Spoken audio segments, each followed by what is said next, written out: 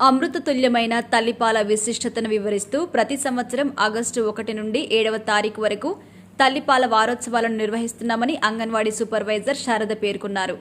తల్లిపాల వారోత్సవాల కార్యక్రమంలో భాగంగా రామగిరి మండలం నాగేపల్లి గ్రామంలోని 3 అంగన్వాడీ సెంటర్ల ఆధ్వర్యంలో నిర్వహించిన సామూహిక శ్రీమంతం, అక్షరాభ్యాసం, అన్నప్రసన్న కార్యక్రమంలో వారు పాల్గొన్నారు. ఈ సందర్భంగా వారు మాట్లాడుతూ అమ్మ పాలను శిశువుకు అందించేందుకు ఆధునిక సమాజంలో మహిళలు కొంత వెనుకడుగు వేస్తున్నారు. ఫలితంగా ఇటు తల్లులు అటు పిల్లలు వివిధ రుగ్మతల బారిన పడుతున్నారని సూపర్వైజర్ శారద అన్నారు.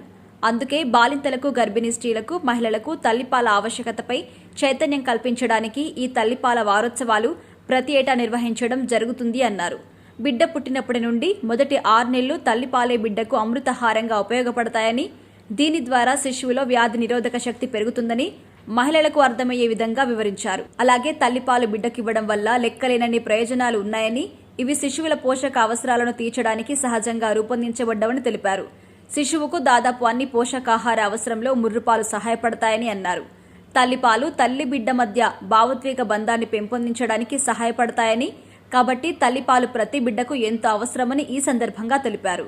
ఈ కార్యక్రమంలో అంగన్వాడీ కార్యకర్తలు సుగుణ, లావణ్య, పల్లె దవాఖానా డాక్టర్ నవ్య, ఏఎన్ఎం రాణి, శారద, పంచాయతీ కార్యదర్శి పి స్వప్న, సిఏ లక్ష్మి, ఆయాలు మల్లీశ్వరి, వసంత, ఆశా వర్కర్లు తులసి, సునీత మరియు బాలింతలు, గర్భిణీ స్త్రీలు, మహిళలు పాల్గొన్నారు.